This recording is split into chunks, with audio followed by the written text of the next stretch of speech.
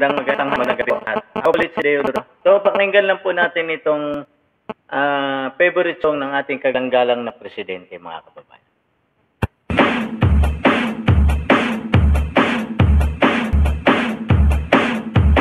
Dancing with the beat with DJ Glenn on the mix. Marcos bangag, Marcos bangag, Marcos bangag, bangag, Marcos bangag, Marcos bangag, bangag, Marcos bangag, Marcos bangag, bangag, Marcos bangag, Marcos bangag, Marcos bangag, Marcos bangag, bangag.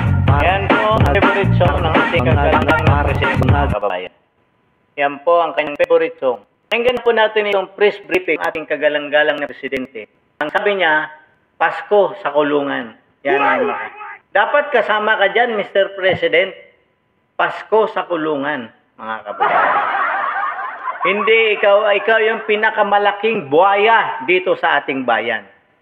Na ikaw ang pumirma, wala kang alam. Tuligsain natin ang mga salot sa lipunan ito. Lalong-lalo na yung mga ugok, mga kulangot ang mga utak, mga hayop sa laman, mga ganid sa kwarta ng bayan. Yan ang mga congressman, mga nanunungkulan sa gobyernong ito na walang iba kung hindi kung paano pag-isipan ang pera ng bayan na para mapunta sa bulsa nila. Yan ang nakakalungkot isipin. Ang mga nanunungkulan sa atin, ang pamilya-pamilya na sila lahat ng nanunungkulan, hanggang sa pinsan, pamangkin, lahat na nanunungkulan sa atin, halos lahat na sila. Isang pamilya, politiko lahat. Kung paano nilang ubusin ang pera ng bayan. At tayo mga ordinaryong Pilipino, lumulubog sa baha, nagkakandamatay, nawawala ng mga ari-arian habang sila nandoon, nagpaparty-party sa Malacanang, nakatira sa mga magagarang bahay dyan sa Forbes Park, tayo nilulunod sa baha. Ang mga hayop na ito, hindi pa ito kunin ni Lord, mga kababayan. Pakinggan lang natin ang interview ni BBM sa kanya. Kung sino ba talaga ang makukulong, mga kababayan. Nangako si Pangulong Bongbong Marcos na magpapasko sa kulungan ang mga sangkot sa flood control scandal. Pero banat ni Vice President Sara Duterte, dapat ipakulong ng Pangulo ang kanyang sarili. Nasa frontline na balitang yan si Maricel Halili. Makukulong na sila. Wala silang Merry Christmas. Dapat kasama ka, Diretsahang bantayan ni Pangulong Bongbong Marcos laban sa mga dawit sa maanomaliang flood control projects. Babala niya. Yang mga taong yan na kasabwat dyan, eto, mga walang hiyang ito, sa nagnanakaw ng pera ng bayan, tapos na ang maliligaya ninyong araw. Hahabulin na namin kayo. Kasama sa listahan ng pinakakasuhan sa ombudsman ng 37 individual, kabilang ang ilang mambabatas, kontratista, hanggang sa dating opisyal ng DPWH. Pero hindi pa kabilang dyan ang pinsan ng Pangulo na si House Speaker Martin Romualdez. Sabi kasi ng Pangulo, dapat malakas ang mga ebidensya para siguradong may mananagot. With the Speaker, no. Not as yet. Not as yet. If something else comes out, then he might have to be answerable for something. So, again, you know, we don't file cases for optics.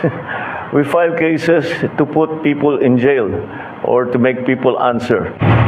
Pagtitiyak naman ni DPWH Secretary Vince Dizon, merong magpapasko sa kulungan. Non-bailable itong mga kasong ito. At least 40 pong mga napaigan na ng kaso ang magpapasko sa kulungan. May banat naman si Vice President Sara Duterte sa mga dapat daw ikulong. Dapat isali si Bongbong Marcos kasi siya ang pumirma ng 2025 GAA. Pwede na niyang ikulong ang sarili niya. Aminin na niya na ano talaga, meron siyang pagkukulang. At hindi lang maliit na pagkukulang, malaking pagkukulang. Meron siyang malaking pagkukulang sa kanyang trabaho. Sang-ayon din si ACT Teachers Party List Representative Antonio Tino na dapat managot si PBBM, pati na sina nooy Senate President Cheese Escudero at nooy House Speaker Martin Romualdez. Yan mga kababayan. Partikular sa issue ng 2025. Dapat talaga managot silang lahat mga kababayan. Lalong-lalo na ito magpinsan na ito mga kababayan. Kasi si Saldico po, mababa po sa kanila yan. Si Saldico lang, ang inuutosan nila mag-insert. Pipirmahan ng speaker, aaprubahan ng presidente sa hinggaan. Wala akong kapangyarihan si Saldico na magpa-implement ng isang batas. Kapangyarihan po yan ng presidente, mga kababayan. At kung uutusan man si Saldico ng DBM na mag-insert ng ganito, dahil sa utos ni ganito, ay talaga pong lalagyan po yan. Pag-iisipan po ni Saldico kung saan kukuha at saan ilalagay. Sino ang babawasan at sino ang... Yan po yung... Dito nga lang po sa budget ng 2025 for the first time in history in the Philippines. English yun. Pinakamalaki ang budget ng DPWH kaysa DepEd. Ang DepEd, puro tao ang gumagamit. Ang DPWH, proyekto ng gobyerno yan. Diba, mga kababayan? Kung paano nila nilanse? Kasi masyadong maliit sa DepEd ang makukuha nila. At nandoon si BP Sara, hindi obra yung sinasabi nila. Kasi nga, ayon kay BP Sara, 2 tao lang may hawak ng budget. Si Saldico at si Martin Romualdez. Bakit? Nung humingi siya inaprubahan ng presidente ang 5 billion, nanghihingi sila. Ang ginawa ni BP Sara, hindi binigay. Hindi pwedeng chap-chapin ito. Ang ginawa nila, dinagdagan nila. Ginawa nilang 15 billion. Ngayon, sa kanila napunta yung 10 billion, kay BP Sara yung hinihingi niyang budget. O diba? 10 billion na agad yun. Sa tingin mo kaya, kayang gawin ni Saldico mag-isa yun?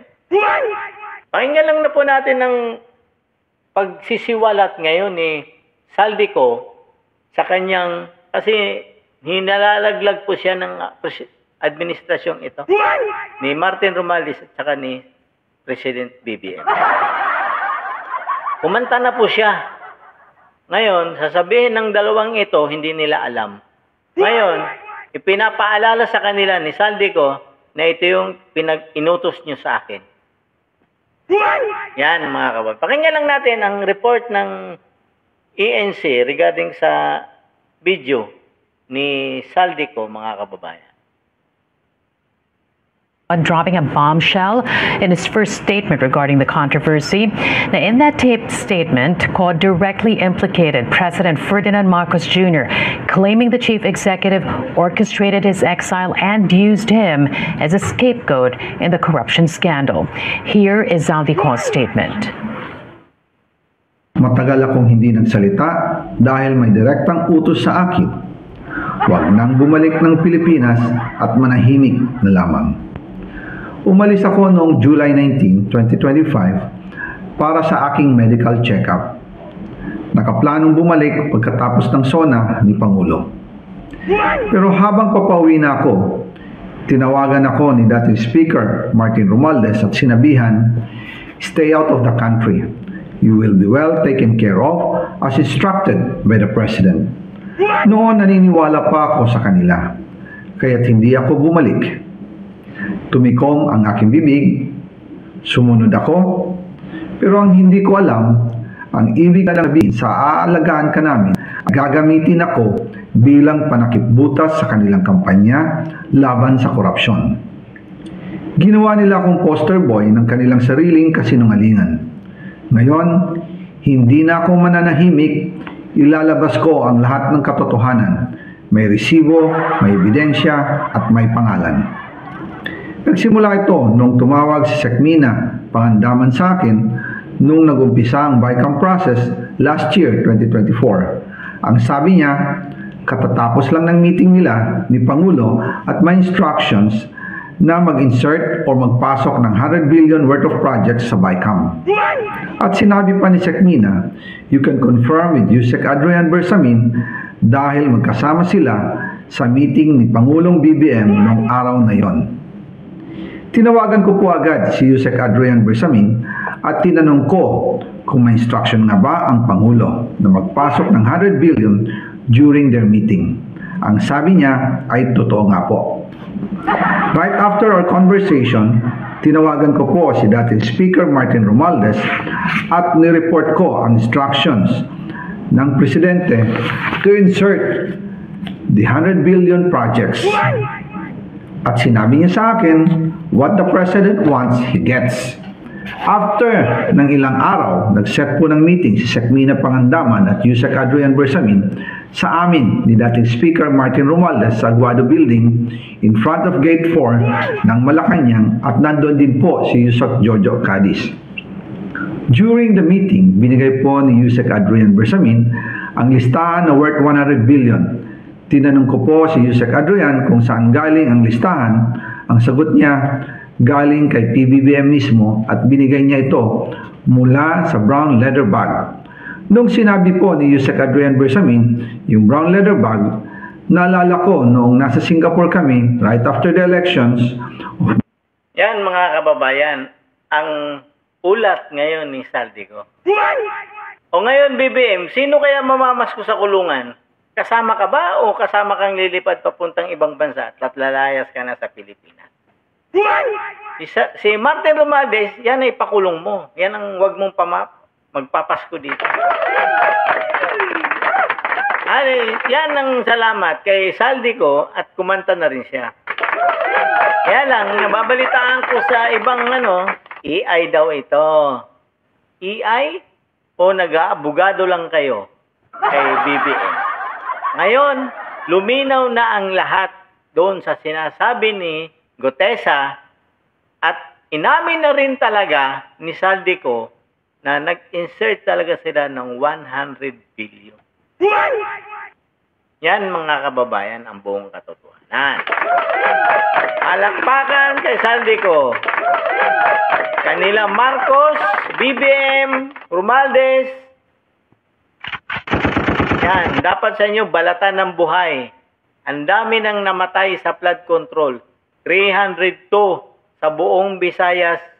Ngayon, kayo, nagpipesta sa pera ng bayan. Mga hayop kayo. Mga wala kayong kaluluwa. Buhay pa kayo. Sinusunog na kayo sa impyerno. Mga hayop kayo. Dapat sa inyo, balatan ng buhay. Mr. BBM, matakot ka. Ubusin mo na lahat yung pulburon mo dyan sa Malacanang. At sinisigurado ka, may iwang ka dyan. At makikita ng mga tao yan, sigurado kang mapapatunayan talaga na bangag ka. Yan mga kaibigan. Yan ang mga loyalistang tanga. Pink tae. Ano na anong masasabi nyo rito ngayon sa sinasabi ni Saldico? Duterte pa rin ba? Ha? Mukha kayo mga Duterte. Pero ang katotohanan, ang pinagtatanggol ninyong mga loyalistang tae, ang malaking buhaya dito ay ang mga lahi ni Romualdez at Marcos, mga kababayan. Ninakawan na kayo nung ama, ina ng Marcos. Ngayon, pinabalik niyo sa pwesto, ninanakawan na naman kayo ng anak, at sunod pa rin kayo, mga hayop kayo. Mga wala kayong kwentang Pilipino, magsilayas na rin kayo rito pag lumaya si BBM dito sa Pilipinas. Sundan nyo siya ng sundan kung saan siya tutaginoan. Mga loyal naman kayo sa kanila, sumunod na rin kayo doon sa kanila. Magsilayas na kayo rito sa Pilipinas, mga hayop kayo. Okay? Mga kababayan, napakinggan natin si Saldico. Sasabihin na naman ng iba nito, iayan, ugok. Nga puro kayo mga kulangot ang utak. Sana magmulangot muna kayo bago kayo mag-comment yan. Paano nyo ngayon yung pasubilaanan yung sinasabi ngayon ni Saldico. Okay, mga kababayan, hanggang dito na lang po muna ako. Ako po ulit si Deo Durano, TV 2.0. Palambing naman po ng like, share, and subscribe to my YouTube channel, Deo Durano TV 2.0. God save the Philippines.